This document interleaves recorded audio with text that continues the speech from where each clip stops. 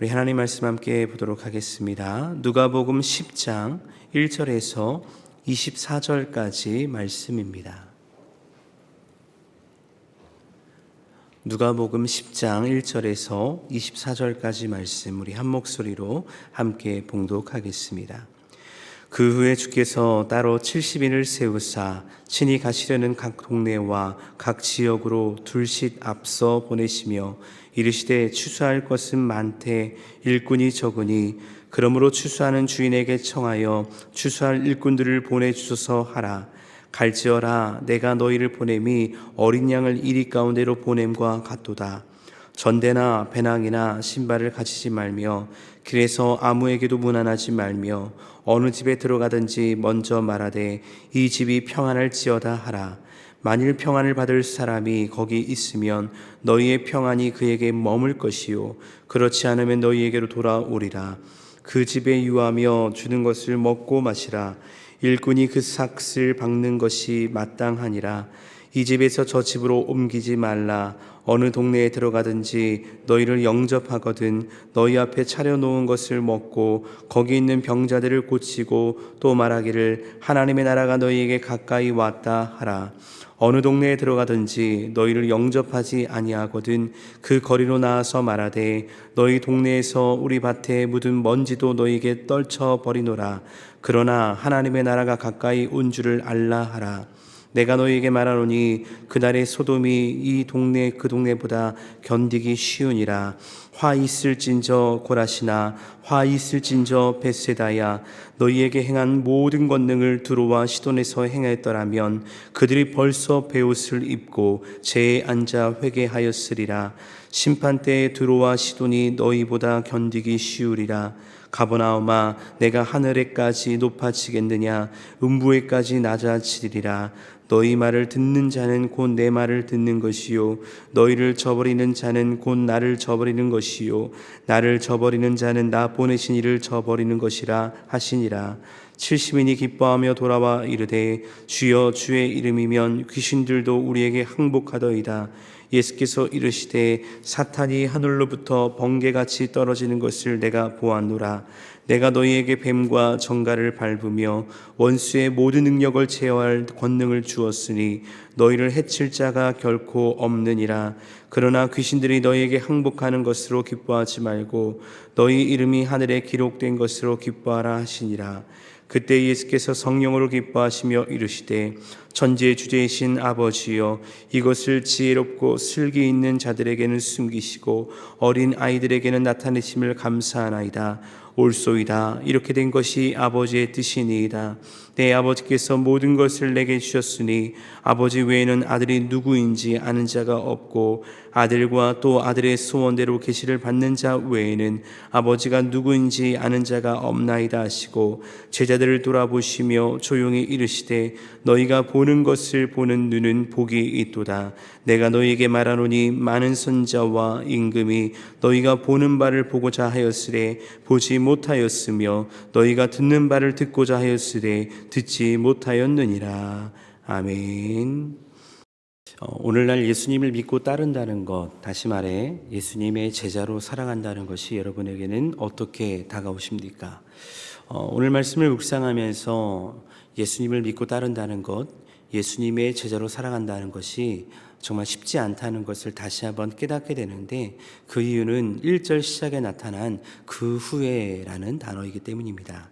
여기서 말하는 그 후의 의미를 알기 위해서는 우리가 누가복음 9장의 말씀을 잠시 살펴보아야 되는데 예수님께서는 누가복음 9장에서 순환 예고를 하시면서 그 유명한 말씀 아무든지 나를 따라오려거든 자기를 부인하고 날마다 제 십자가를 지고 나를 따르라 라고 말씀하셨습니다. 그렇다면 자기를 부인하고 예수님을 따른다는 것은 무엇인가? 바로 10장 1절 앞 앞절에 나오는 59, 60절 말씀 보니까 나로 먼저 가서 내 아버지를 장사하게 허락하옵소서 이르시되 죽은 자들로 자기의 죽은 자들을 장사하게 하고 너는 가서 하나님의 나라를 전파하라 라고 말씀하시고요. 또 62절 말씀 보니까 예수께서 이르시되 손에 쟁기를 잡고 뒤를 돌아보는 자는 하나님의 나라에 합당하지 아니하니라 하시니라 라고 말씀하십니다.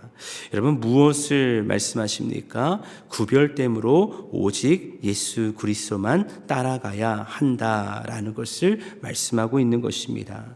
여러분 이런 이야기를 들었을 때 예수님을 따른다는 것이 쉬웠을까요?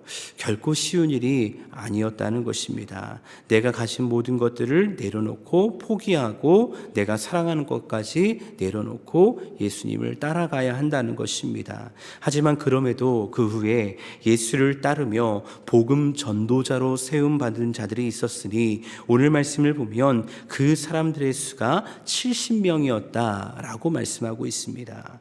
오늘 1절 말씀을 보면 예수님께서는 이들을 따로 세우셔서 예수님이 친히 가시려는 동네에 둘씩 짝을 지어 보내시는 것을 보게 되는데 이들은 예수님이 택한 12사도와는 또 다른 제자 그룹이었습니다.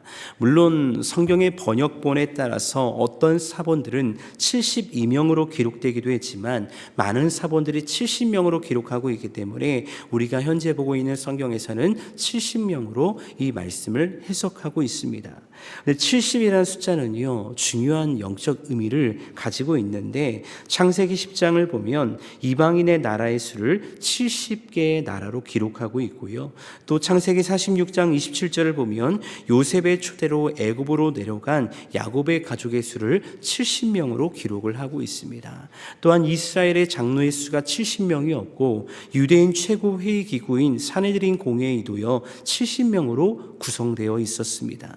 더 나아가 70이라는 숫자는요 유대인들이 거룩한 수로 여기는 7과 만수의 의미를 갖는 10이 곱하여진 수이기도 합니다.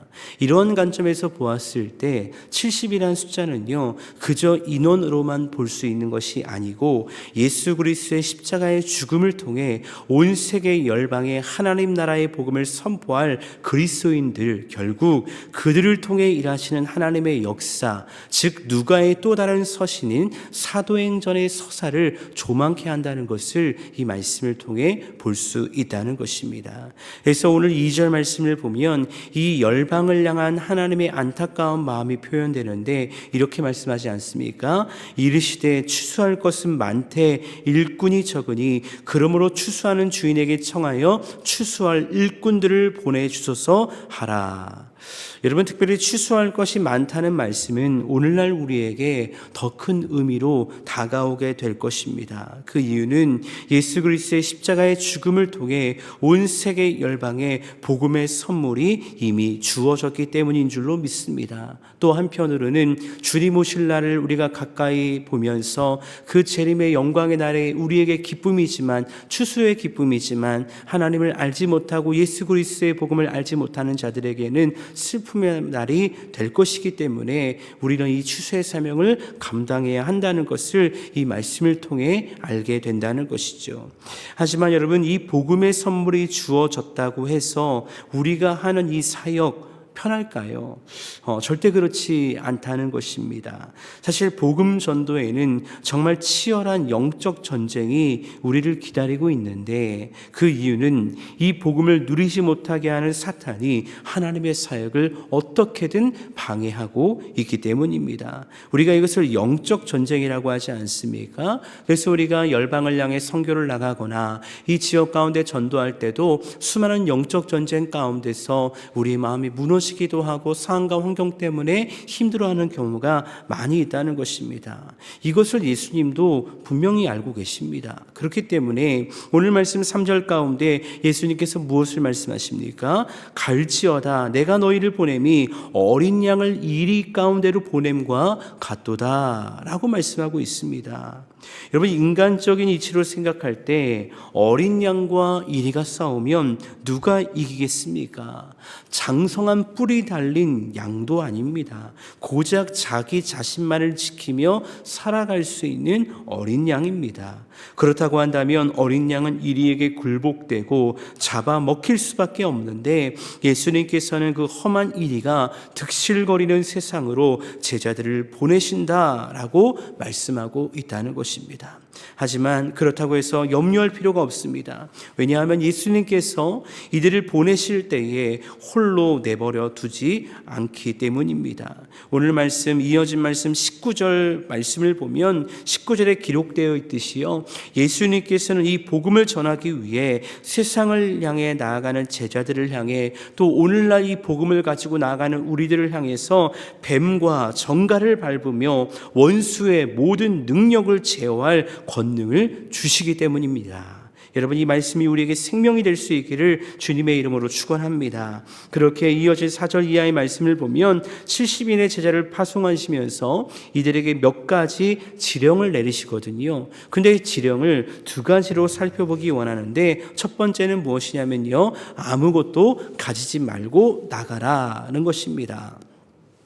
4절 말씀 보니까 전대나 배낭이나 신발을 가지지 말라라고 말씀하시죠. 근데 전대는 당시 지갑의 역할을 하는 것으로서 돈을 넣고 다녔고요, 배낭은 가죽자루로서 여행자들이 그 속에 양식이나 생활에 필요한 일회용품들을 넣고 다녔다고 합니다. 또한 신발은 당시 교통수단을 사용할 수 없는 여행자들에게 반드시 필요한 물품이었다고 합니다. 근데 예수님께서 무엇을 말씀하십니까? 전대나 배낭이나 신발을 가지지 말라라고 말씀하시는 겁니다. 어찌 보면 예수님의 이러한 명령은 너무하다라는 생각이 들 수 있습니다. 왜냐하면 인간적으로 생각할 때 이 물품들은 여행자들에게 최소한의 물품이었기 때문입니다. 그렇다면 예수님께서 이렇게 명령하신 이유가 무엇일까요? 두 번째인데요, 하나님의 인도하심을 받으라는 것입니다. 여러분, 앞서 말했듯 복음 전도자로 파송받은 제자들은요, 어린 양과 같은 존재들입니다. 그런데 앞서 말한 전대나 배당이나 신발이 이들을요, 이리와 같은 악한 존재로부터 지켜줄 수 있을까요? 당연히 아닙니다. 이들이 하나님의 인도하심을 받지 못한다면 아무리 세상의 것들을 많이 가졌을지라도, 많은 돈이 있는 전대가 있을지라도, 많은 물품이 있는 배낭이 있을지라도, 좋은 신발이 있을지라도 이리와 같은 세상에게 쫓기게 되며 참패하고 말 것입니다. 그렇게 이들이 이리에게 쫓기지 않는 방법이 있으니 그것은 무엇이냐? 모든 순간에 하나님의 인도하심을 받으며 말씀에 순종하는 것입니다.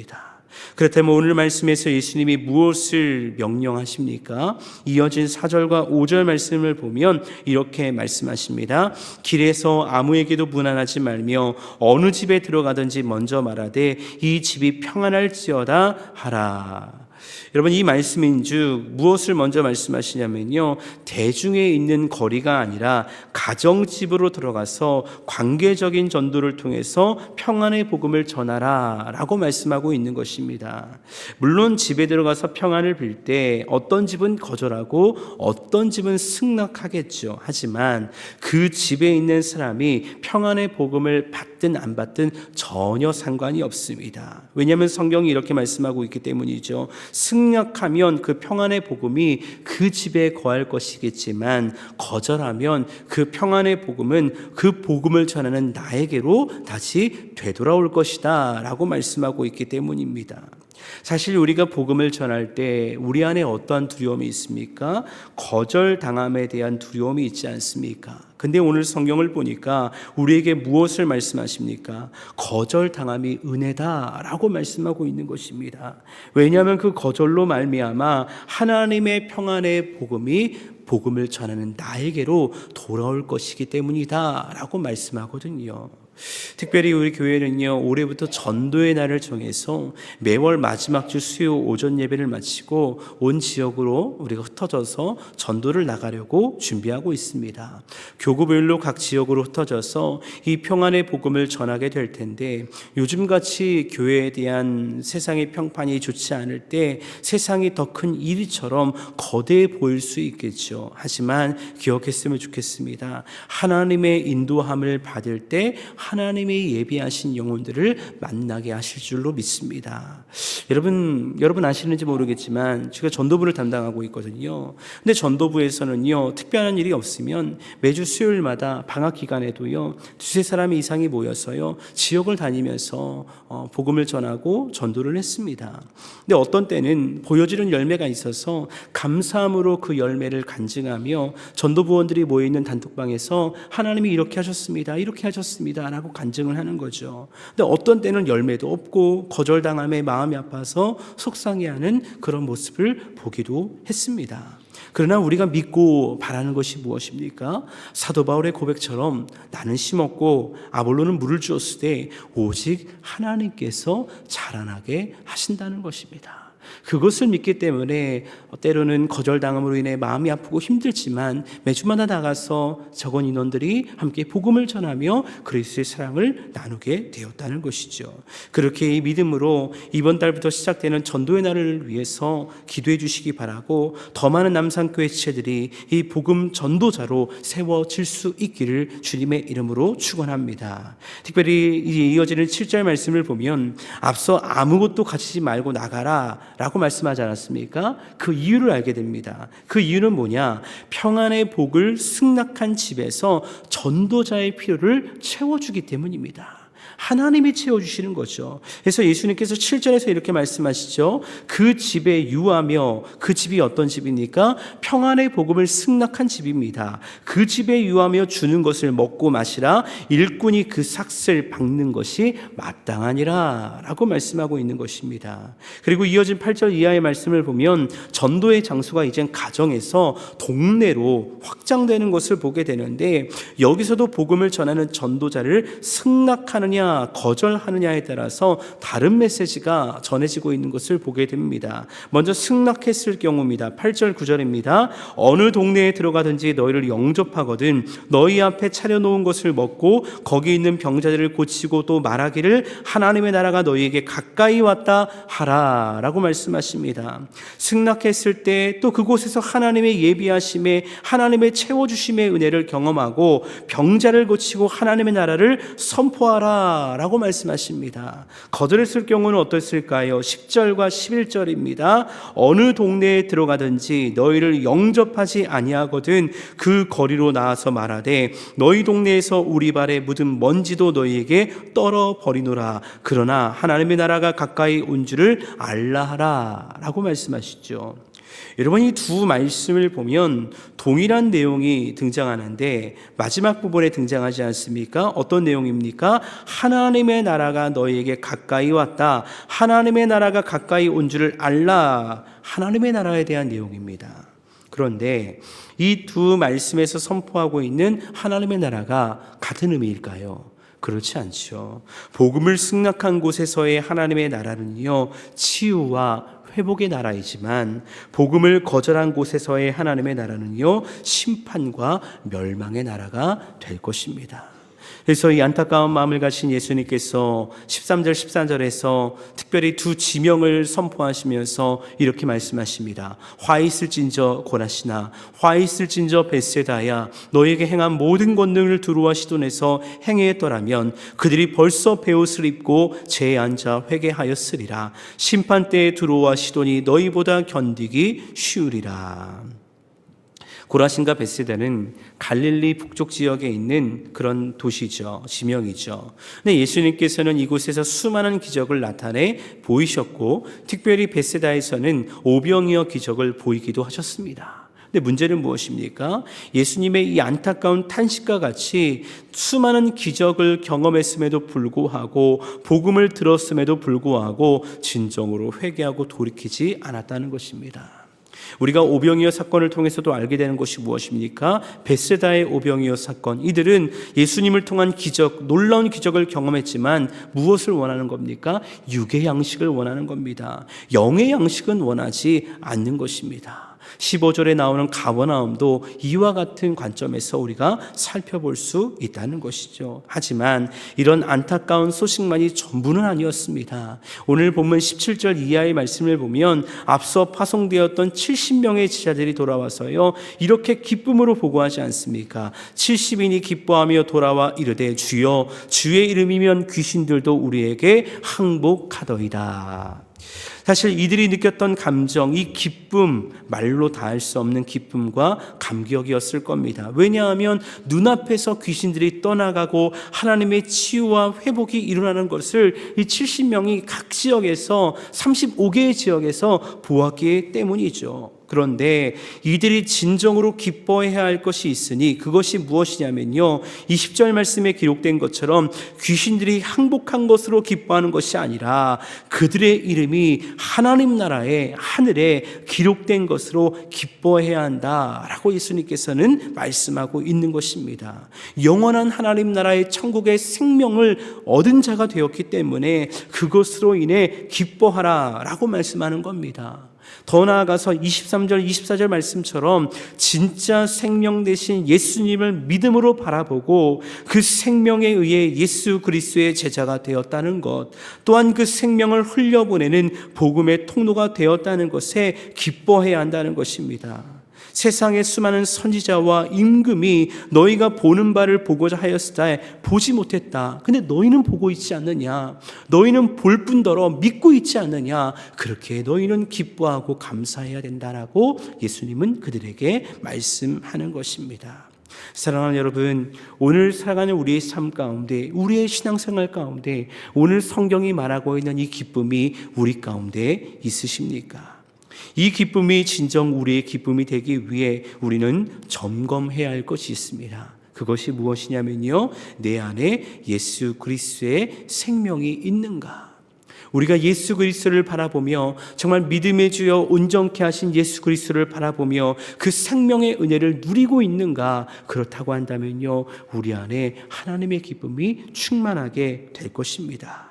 어찌 보면 고라신과 벳세다로 인해, 가버나움으로 인해 탄식하며 애통해 하셨던 그 예수님께서 또 한편으로는요, 이런 생각을 하게 됩니다. 이 창원과 경남 지역과 더 나아가 우리 대한민국을 바라보며 애통해 하고 있지는 않으실까? 그렇다고 한다면 오늘날 예수님의 제자된 우리가, 이 생명의 복음을 누리고 있는 우리가 이 복음을 가지고 우리에게 주어진 삶의 현장, 세상을 향해 나아갈 수 있기를 주님의 이름으로 축원합니다. 우리는 여전히 어린 양과 같은 연약한 존재이지만 그러한 우리가 하나님의 인도함을 받을 때 모든 사탄의 권세가 무너지고 예수 그리스도께서 승리하신 십자가를 통해 이루신 그 놀라운 승리가 우리가 살아가는 삶의 현장 가운데 곳곳에 온전히 선포되게 될 줄 믿습니다. 그 주의 능력으로 승리할 수 있는 오늘 하루 우리의 삶 될 수 있기를 주님의 이름으로 축원합니다.